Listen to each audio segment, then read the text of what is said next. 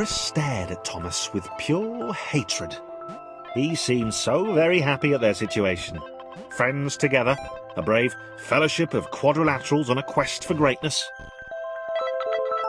That would be fine. But it was all the obvious observation that Thomas was doing which grated. Every time they saw something vaguely new, Chris would hear a satisfied little from the vaulting idiot. He hoped the next portal would split them up, if only for a few levels.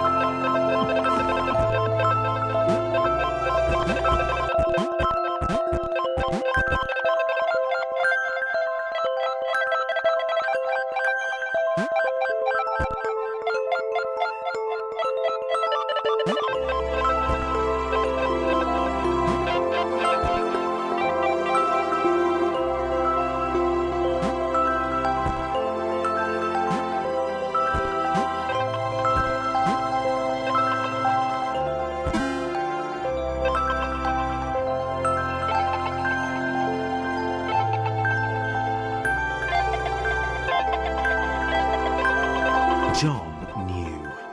He knew that this was his chance, a moment to shine. This was game day.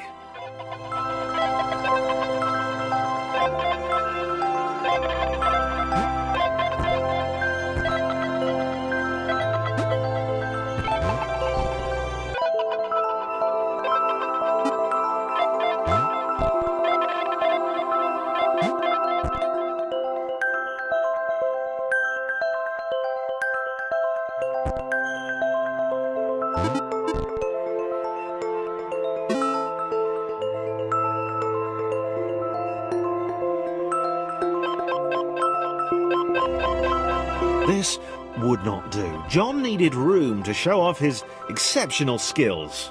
As it was, he was trapped on the wrong side of these little dot things. Where did they come from, anyway?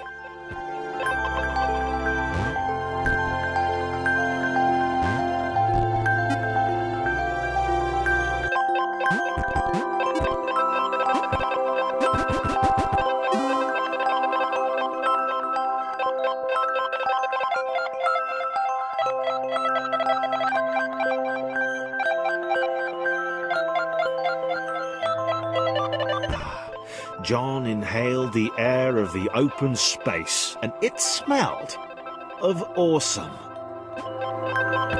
Time to flex those muscles, to put his training to use, time to show those little dots how it was done.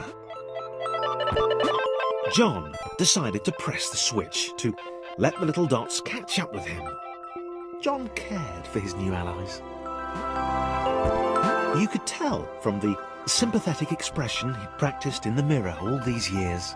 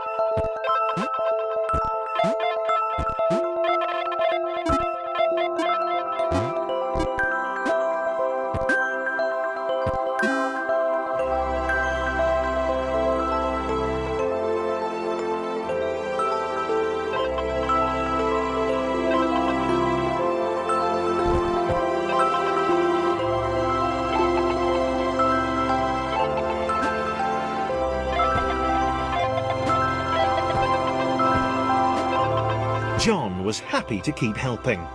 He felt it was important to his image that he was seen to help the little guys.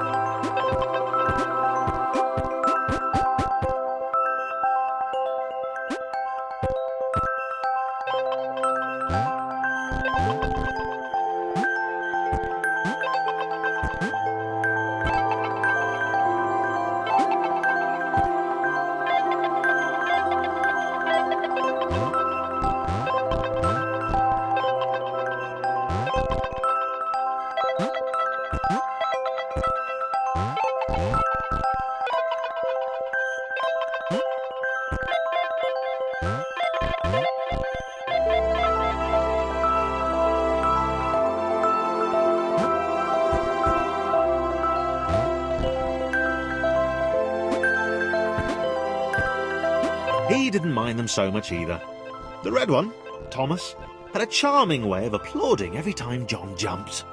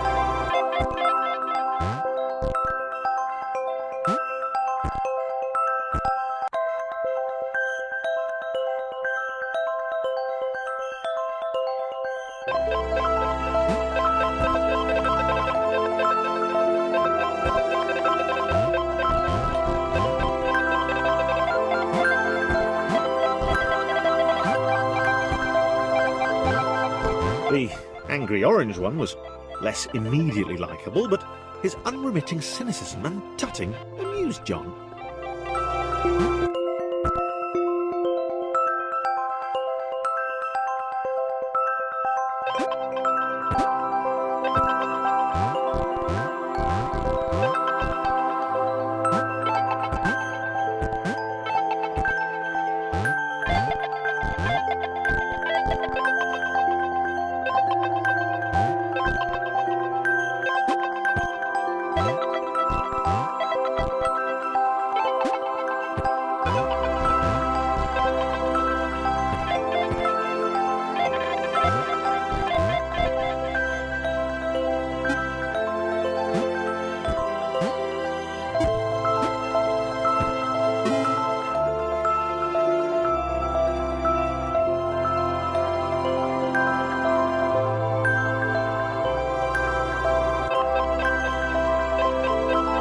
This was interesting. A floating target. This would require coordination, balance, and timing. John was sure the dots would be lost, but he was happy to guide them to triumph.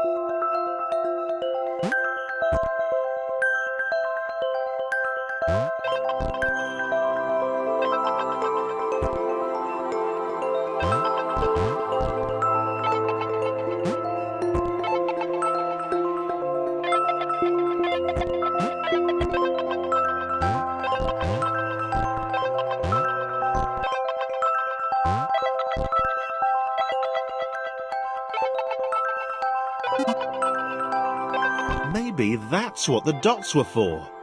They were there to extend John's reach, to make his performance even more impressive.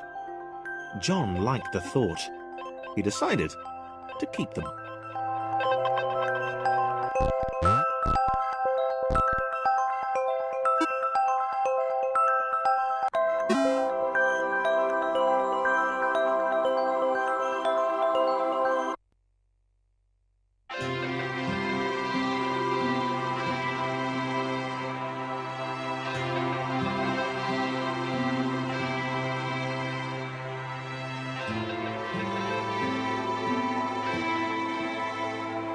So, this was how Claire would die. She knew it would happen eventually. She was rubbish at jumping, and she moved slowly. She felt a little like her continued existence was breaking some kind of natural order. The crumbling pillar was a dramatic death, she supposed. Wait, what? Claire couldn't shake the feeling that she was not, in fact, dead. It was at that moment that Claire realised she had superpowers.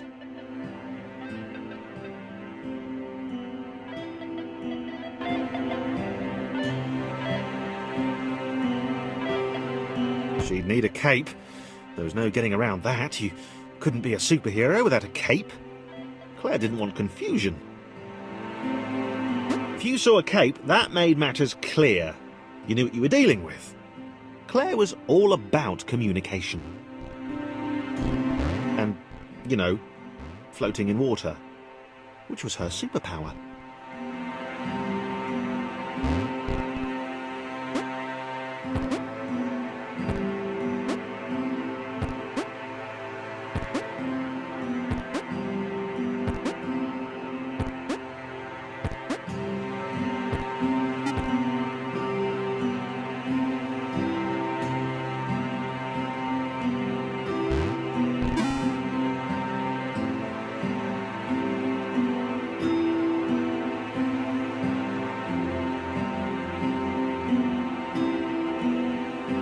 Right, fear not, my skinny friends, for I am Claire, and I will save you.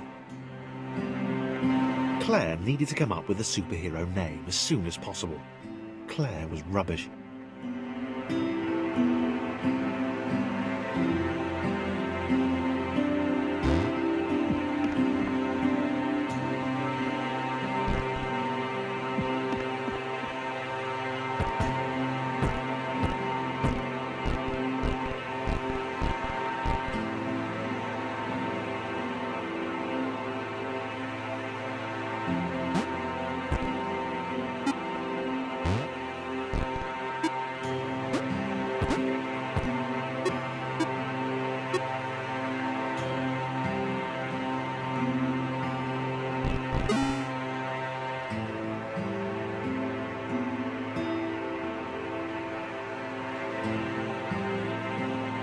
Claire arrived just in time, which was, of course, the perfect moment for superheroes to arrive.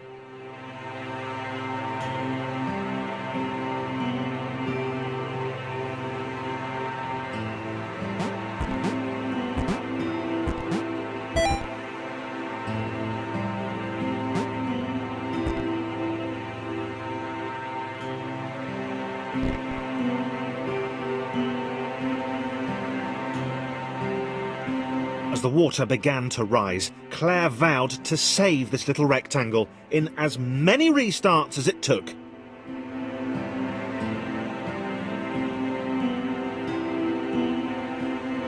Claire wondered if Thomas would make a good sidekick. Or was she more the lone Avenger type? She'd like that. The sole hero in a world of rectangles and conveniently placed pools of toxic water.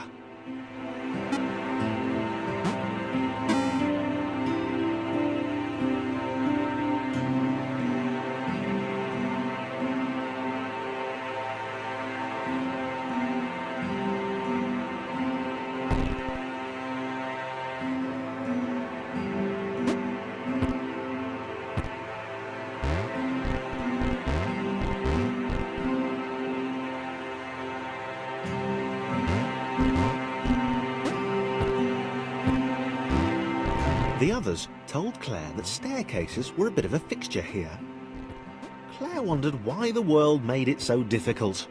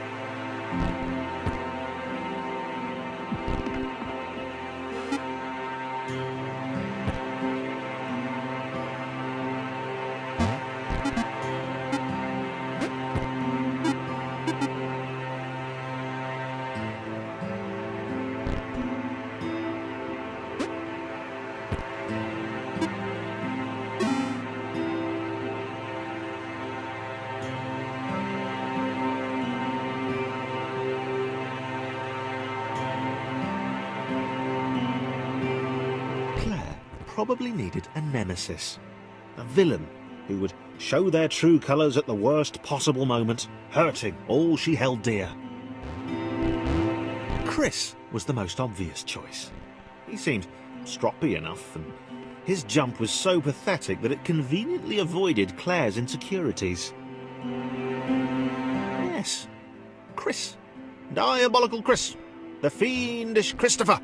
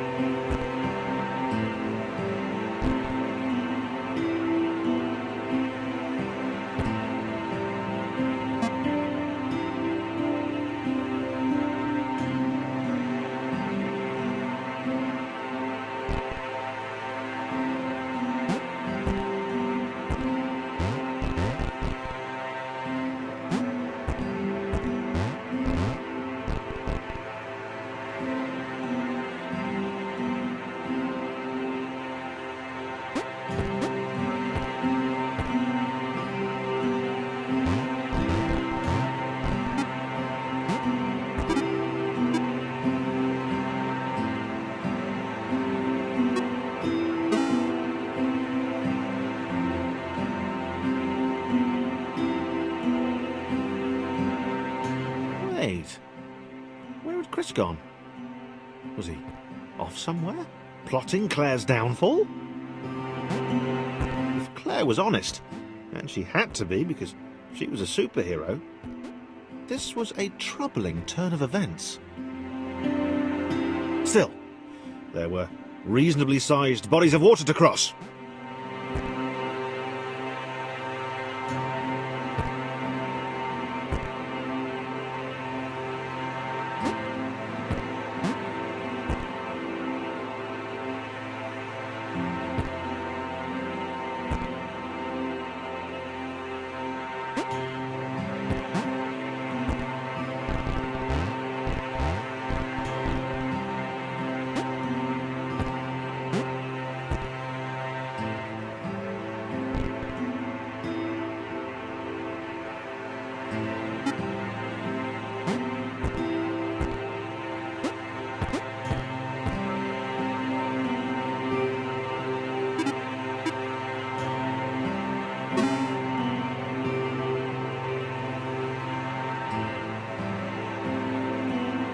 Moving platforms over water, eh? Claire's newly heightened senses told her that there were multiple paths across with various possible configurations of the little posse.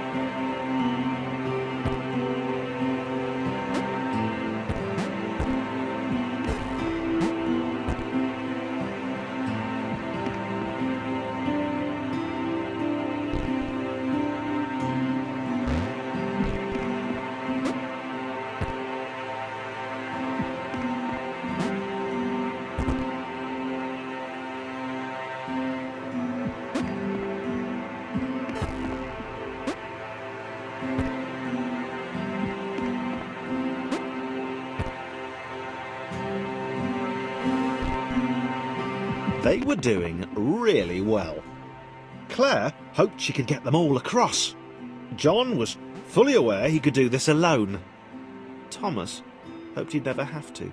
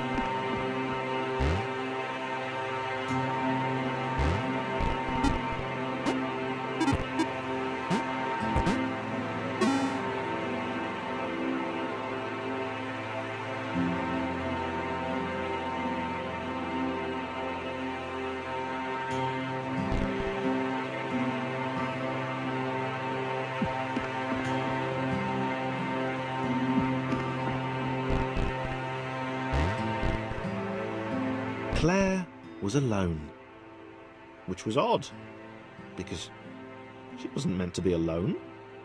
She needed to be where there were rectangles to save. Being the only superhero in a given space kind of defeats the object. Spikes? That was new. Claire avoided them. She decided they were most likely her kryptonite. Not the rubbish red kryptonite either, the proper radioactive green stuff.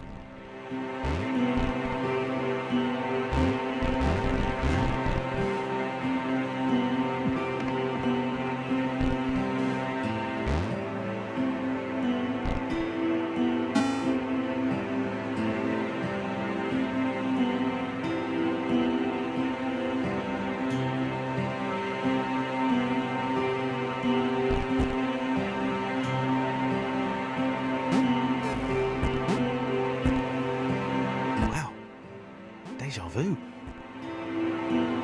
The world was repeating, and this time Thomas was here. Claire felt something had gone wrong. There was a disturbance in the Force. Something had altered the Matrix. The world was reacting to their progress. It was amassing its forces. It was plotting against them. Claire finally had a nemesis.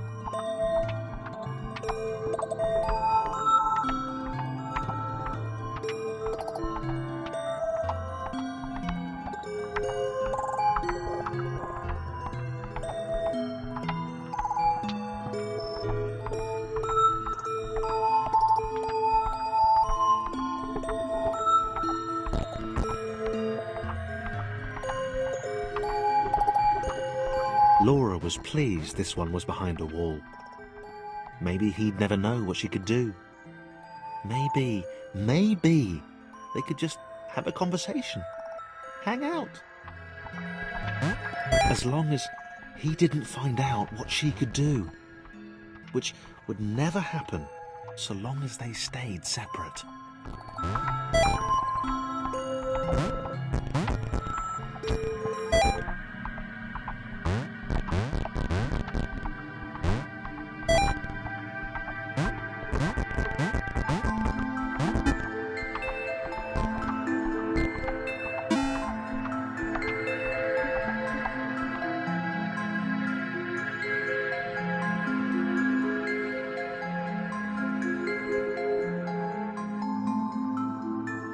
Laura didn't have time to worry about the ominous pixel cloud. It had been following her for some time, and it had kept itself to itself until now. More important was the little orange thing, which was looking at her in a way that she kind of, well, liked.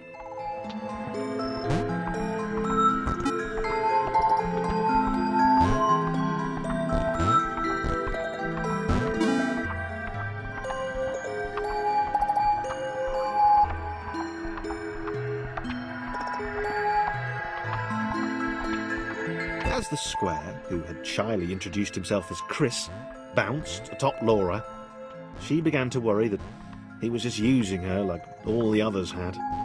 They'd all bounced too, and then they disappeared when her back was turned.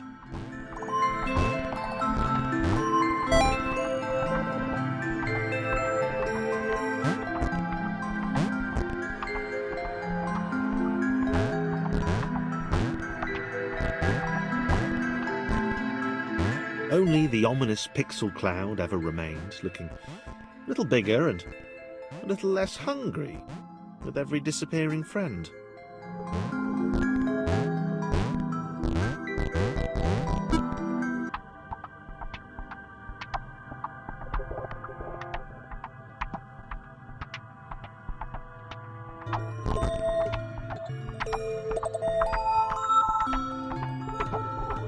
With every bounce, Laura found herself less and less irritated by Chris. She started to miss him when he wasn't there, on another platform or something.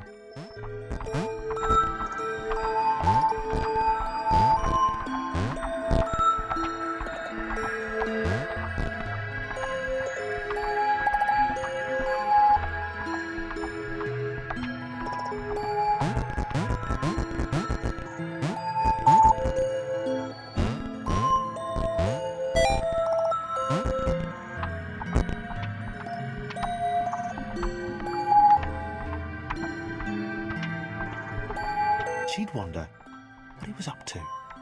Was he missing her? He wasn't saying very much.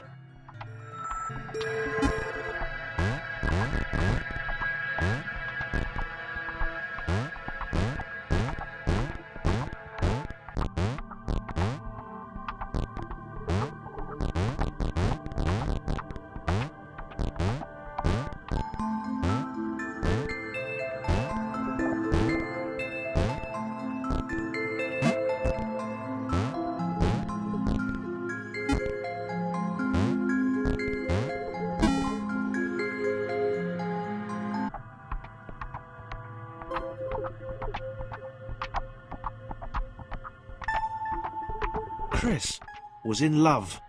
She was perfect. He had to tell her so. At some point, he would definitely tell her. Probably best to wait for a moment the large, ominous pixel cloud wasn't about, though. Yeah, probably best to wait.